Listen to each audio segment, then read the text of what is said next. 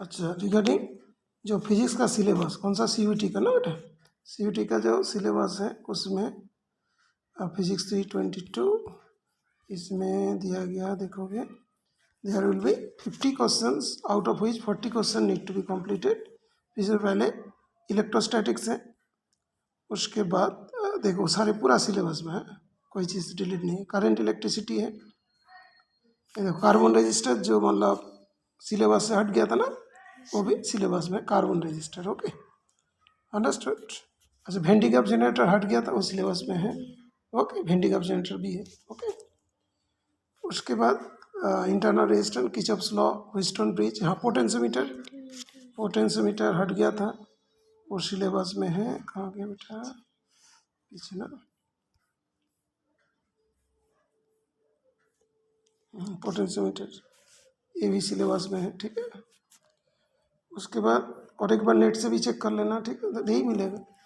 Magnetic effect of current, इसमें से cyclotron syllabus से हट गया था, अभी है। एक्सपेरिमेंट भी हट गया था सर। पोस्टेड एक्सपेरिमेंट वो तो शॉर्ट में है। उसके बाद carrying conductors, definition of ampere loop, current loop as a magnetic field. हाँ, earth's magnetic field and magnetic elements, ये वाला हट गया था, तो अभी सिलेबस में है। Permanent magnet, electromagnetic induction, LCR series, wordless current, AC generator, transformer, सभी था।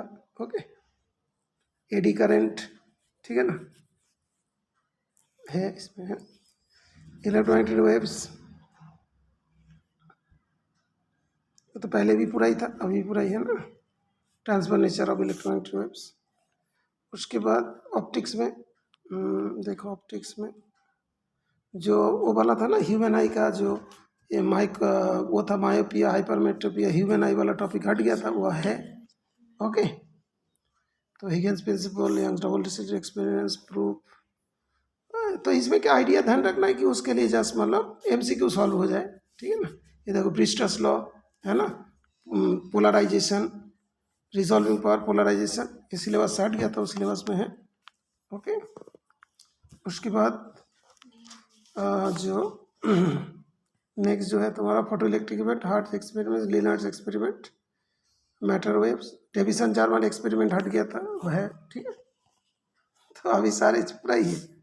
Atom and nuclear, alpha particle, scattering experiment, Rutherford model, radio activity. Radio activity में बहुत सारी चीज़ हट गया था, लेकिन वो अभी सिलेबस में। कहाँ चला गया बेटा, सिलेबस बाहर चला गया।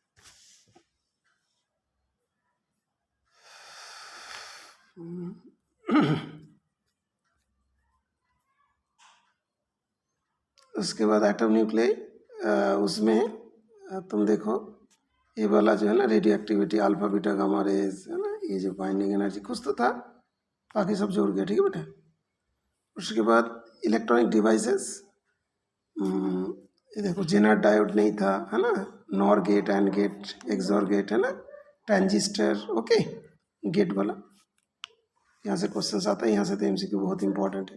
ओके, उसके बाद कम्युनिकेशन सिस्टम है, elements of communication system, block diagram, only bandwidth and जो देखो जो कम्युनिकेशन सिस्टम पहले नहीं था ना, वो पूरा ही आ रहा है। ठीक है बेटा, ओके, बैंडविड्थ एंड ऑल ऐसा है, इसको ध्यान रखना है। और जो 2000 अभी जो क्वेश्चन पेपर दिखाया था, कौन सा था, 2022 का, तो उसमें देखोगे जो क्वेश्चन नंबर 5 था कम्युनिकेशन का था। ठीक है ना, तो अभी कम्युनिकेशंस के बारे में बात करते हैं।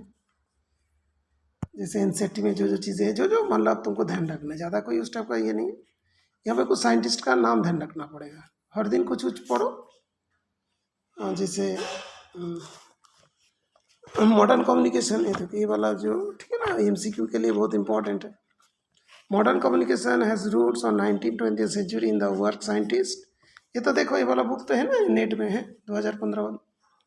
अच्छा, इधर देखो, जीसी बोस, एफ.बी.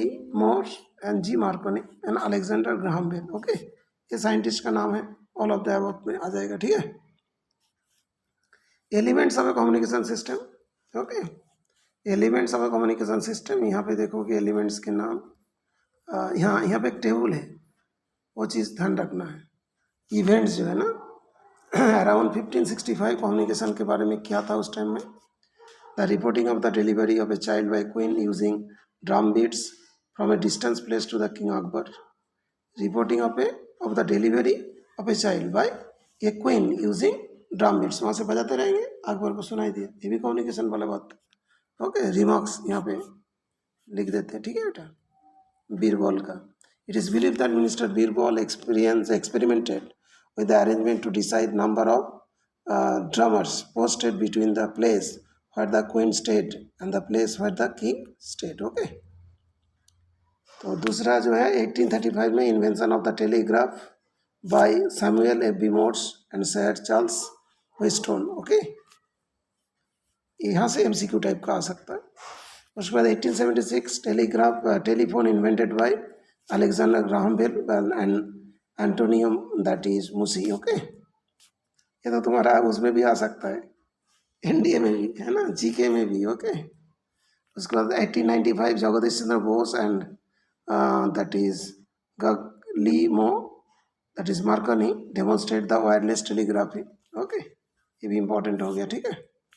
उसके बाद 1936 टेलीविजन ब्रॉडकास्ट जॉन लॉगी बेयर्ड। ओके, ये दोनों तरफ एमसीक्यू में भी और इसमें भी, ठीक है।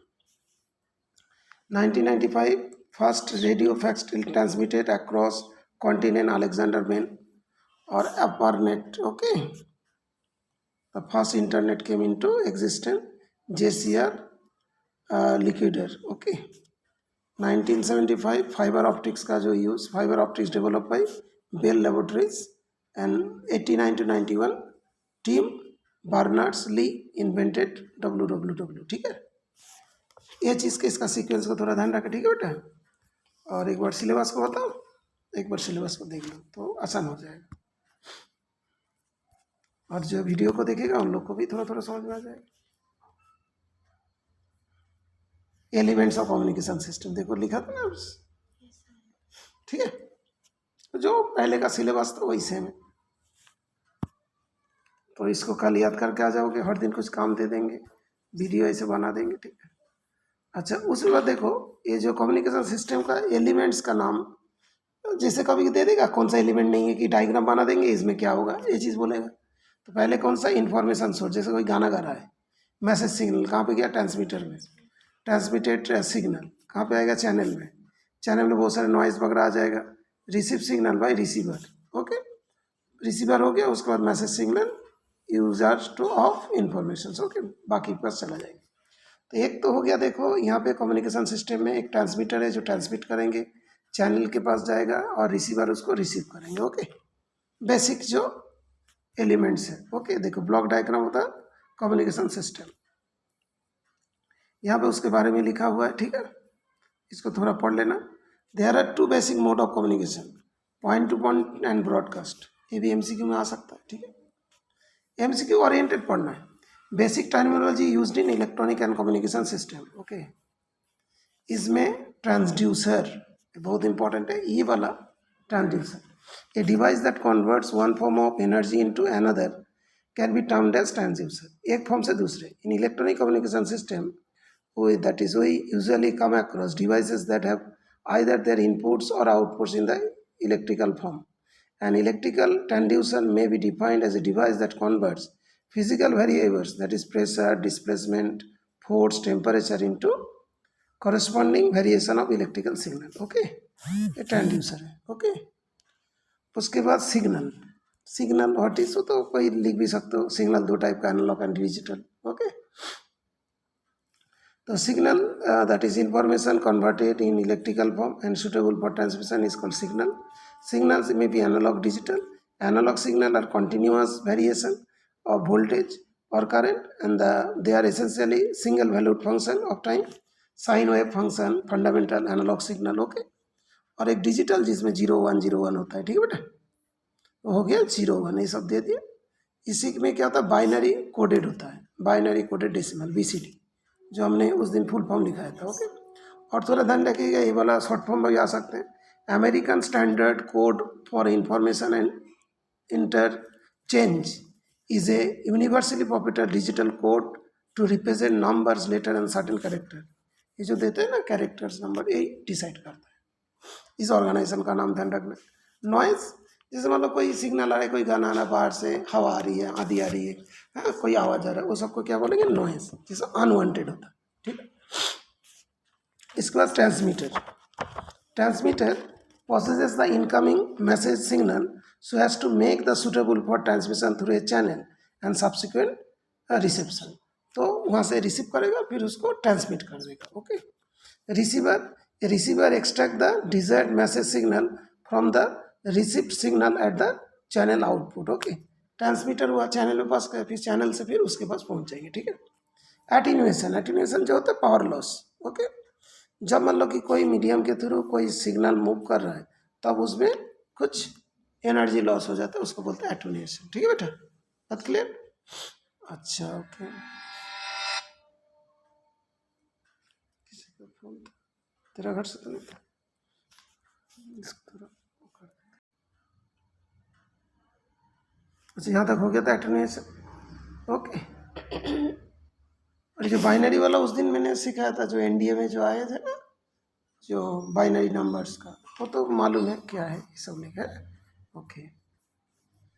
एम्पलीफिकेशन, तो उसके बाद क्या, एटीन्यूएशन के बाद एम्पलीफिकेशन। अभी पावर लॉस हो रहा है तो उसको एम्पलीफाई करना पड़ेगा। ओके। तो it is the process of increasing the amplitude. क्या इंक्रीज करते हैं? Amplitude and consequently the strength of a signal using the electronic circuit is called amplifier. Okay.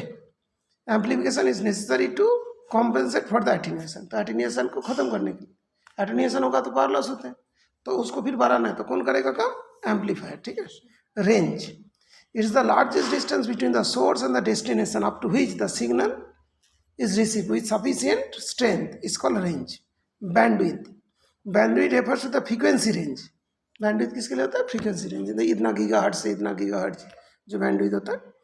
तो over which N equipment operates. Okay.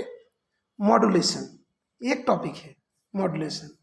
Modulation क्या होता है कि जैसे हम लोग कोई बात कर रहे हैं ना, तो ये बोला तो इसके तो फ्रीक्वेंसी बहुत कम है। ओके। तो उसको तो हमने बोलेंगे तो कहाँ तक जाएगा? इस दीवार का एंड तक जाएंगे, थोड़ी देर जाएंगे, थोड़ी डिस्टेंस जाएंगे, कलकत्ता तक तो नहीं जाएगा ना।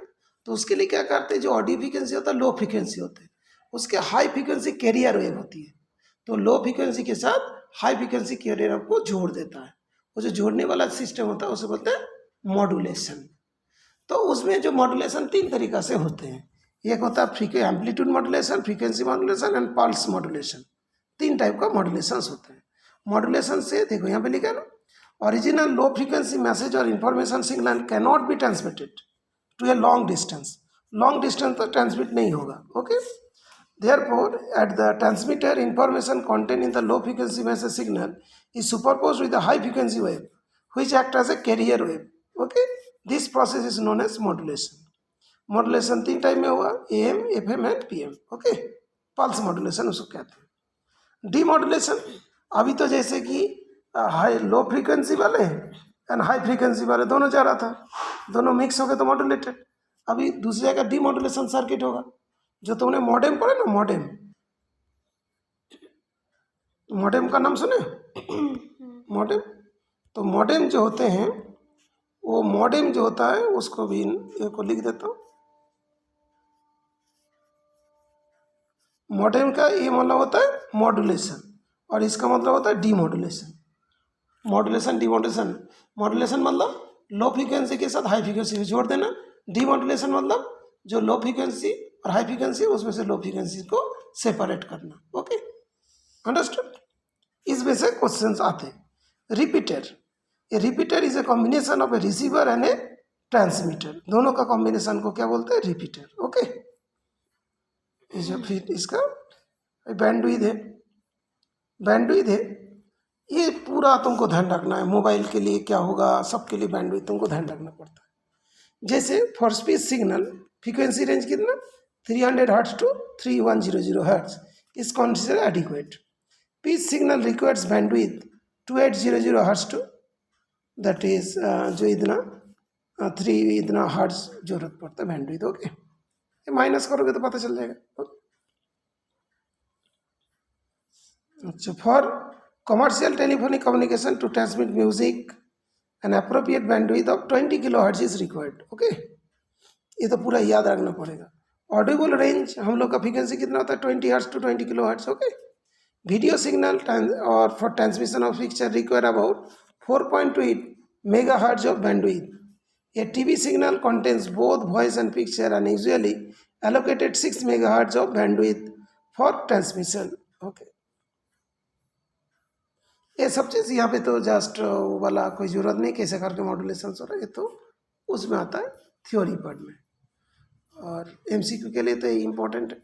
अच्छा, उसके बाद देखो bandwidth of transmission medium.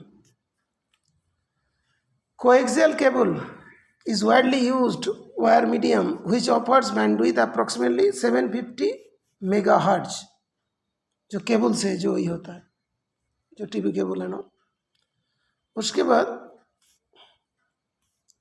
communication through the free space using radio waves takes place over a very wide range of frequencies from a few hundred of kilohertz to few gigahertz। Okay, clear.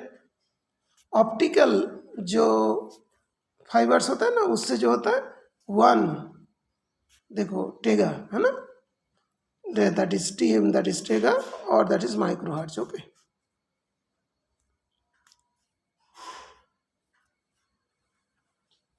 और ये वाला तो giga में चलते हैं। Optical fibre can be transmission bandwidth in the excess of 100 gigahertz. Okay, अभी ये जो बैंडविड्थ जो प्रोवाइड करते हैं वो कौन करते हैं? The international telecommunication union. Okay, frequency allocate कर देंगे। ओके,